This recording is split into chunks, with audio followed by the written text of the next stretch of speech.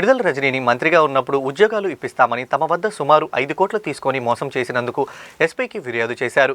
రజనీ పిఏలు శ్రీకాంత్, రామకృష్ణ, ఫణి, శ్రీగణేష్కి డబ్బులు ఇచ్చామని తెలిపిన బాధితులు ఎస్పీకి ఫిర్యాదు చేసిన వారిలో చిలకలూరుపేట మాజీ మార్కెట్ యార్డ్ చైర్మన్ చిన్న, పలువురు వైసీపీ నేతలతో పాటు ప్రకాశం జిల్లా దోర్నాలకు చెందిన బీఫార్మసీ విద్యార్థి కృష్ణ ఫిర్యాదు చేశారు.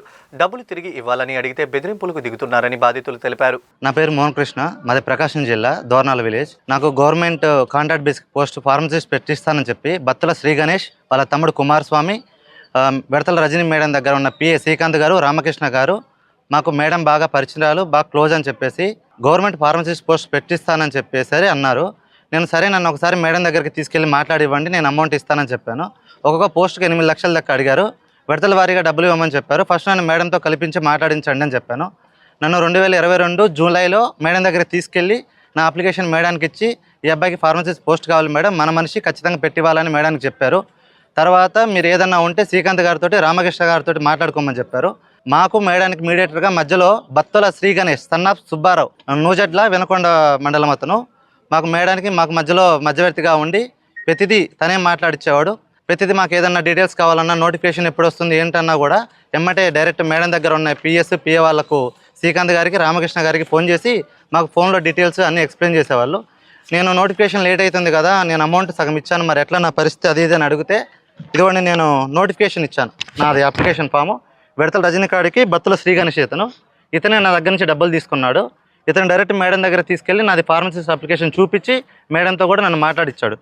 నోటిఫికేషన్ లేట్ అవుతుంది కదా, ఇంకా నాకేం పోస్ట్ రాలేదని నేను అడిగిన తర్వాత 2023 జనవరిలో మళ్ళీ మేడం దగ్గరికి తీసుకెళ్ళి మాట్లాడిచ్చాడు.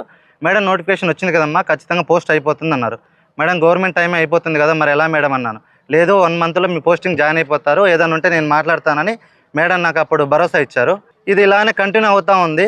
నేను అయ్యే కొద్దీ గణేష్ని గట్టిగా ప్రెజర్ పెట్టాను. నా డబ్బులు ఎలా అన్నా, నేను ఇచ్చాను కదా, గవర్నమెంట్ కూడా అయిపోయింది, టీడీపీ కూడా వచ్చేసింది, మరి నా డబ్బులు ఎలా అంటే, నేను వెళ్ళిన ప్రతిసారి నాకు శ్రీకాంత్ గారితో కానీ, రామకృష్ణ గారితో కానీ ఫోన్లో మాట్లాడించి ఒక వారంలో ఇస్తాను, 10 రోజుల్లో ఇస్తాను, నెలకి ఇస్తానని చెప్పి ఇలా చెప్పుకుంటూ వస్తున్నారు. నేను కొంచెం గట్టిగా ప్రెజర్ పెట్టి గణేష్ వాళ్ళ ఇంటికి వెళ్ళాను 2-3 times. వెళ్తే నన్ను రాజకీయంగా పోలీసు వాళ్ళతోటి కానీ ఇంకొకరితో ఫోన్ చేయించి బెదిరిస్తున్నాడు ఇతను.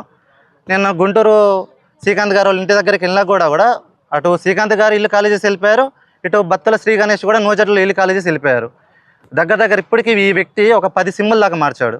ఎక్కడున్నాడో తెలియదు, ఎక్కడ జాక్కున్నాడో కూడా తెలియదు. మాకు ఏదో రకంగా న్యాయం చేయాలని చెప్పి కోరుకుంటున్నాను. నా పేరు షేక్ మహబూబ్ సుబాని. బత్తుల గణేష్ గారు అనే ఆయన మాకు రాజకీయంగా తెలియకపోయినా సరే మామూలుగా ఫిర్యాదు సురేష్ అని అతని ద్వారా తెలుసండి.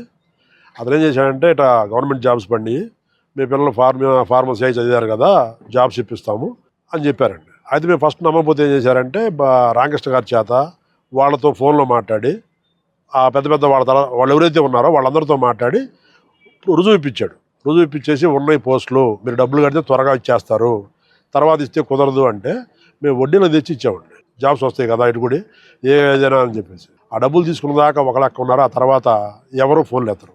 ఈ గణేష్ అనేది బెదిరిస్తాడండి అందరినీ. వాళ్ళ తమ్ముడికే ఇచ్చామండి డబ్బులు, సగం డబ్బులు అయితే మా తమ్ముడు ఇద్దరు వచ్చి వాళ్ళు కావూరు గ్రామంలో తీసుకున్నారండి. వెంకటేశ్వరరావు అండి.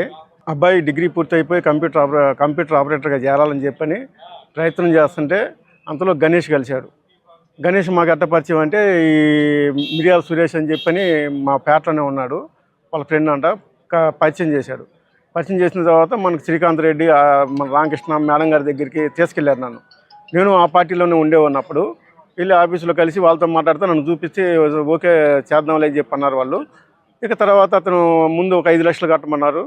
తర్వాత నేను తీసుకెళ్ళి బొప్పూడి గుడి దగ్గర ఉంటాను, వచ్చి కట్టమంటే నేను మా ఫ్రెండు గుంజి వీరాంజనేయులు, నేను వేరే అతను వెళ్ళి మేము 5 లక్షల ముందు ఇచ్చామండి. తర్వాత అది కాంట్రాక్ట్ బేసిక్ పోస్ట్ అని ముందు చెప్పాడు. తర్వాత కాదు, ఇది పర్మనెంట్ పోస్ట్ కాబట్టి 10 లక్షలు ఇవ్వాల్సిందే, లేనిదే కాదని చెప్పని అన్నారు వాళ్ళు అని చెప్పారు. చెప్తే సరే, నేను అప్పటికి వాళ్ళ దగ్గర దగ్గర అప్పులు తీసుకొచ్చి ఫోన్పేలో చేశాను. ఫోన్పే చేసి ఆ లిస్ట్ కూడా ఉంది మన దగ్గర. ఇస్తే 5 లక్షలు ఇచ్చిన తర్వాత ఇక అడిగితే నేను చేస్తాను, మేడం గారిని కనుక్కున్నాను, శ్రీకాంత్ రెడ్డి తర్వాత చేస్తానన్నాడని వాయిదాలు చెప్తున్నాడు. తర్వాత సిమ్ములు మార్చి అసలు ఇక అడ్రస్ లేడు సార్. తర్వాత ఒక రోజు హాస్పిటల్లో ఉన్నాడని చెప్పిన వాళ్ళ తమ్ముడు చెప్తే, వాళ్ళ తమ్ముడు నేను ఇస్తానండి, మీకు ఇబ్బంది ఏం లేదని చెప్పిన వాళ్ళ తమ్ముడు చెప్పాడు. వాళ్ళ తమ్ముడు కూడా ఇప్పుడు మాకు సంబంధం లేదు, ఆయన అడుక్కోమంటున్నాడు. ఆయన అయితే కంటికి కనపట్టలేదు. మేమైతే బాగా అప్పులు పాలై బాగా ఇబ్బందుల్లో ఉన్నామండి. అన్ని వడ్డీలకు కాకపోతే మాకు మీరు ఏదో విధంగా మాకు సహాయం చేసి మా డబ్బులు మాకు ఇప్పించవలసిందిగా కోరుతున్నాం సార్.